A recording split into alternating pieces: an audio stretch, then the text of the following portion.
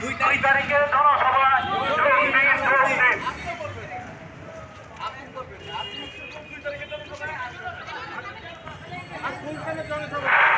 বিসমিল্লাহির রহমানির রহিম।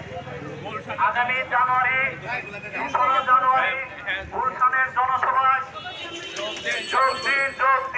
গুলশানের জনসভায় 2 তারিখের জনসভায় গুলশানের জনসভায় বিএনপির জনসভায় 2 তারিখের জনসভায় গুলশানের জনসভায় বিএনপির জনসভায়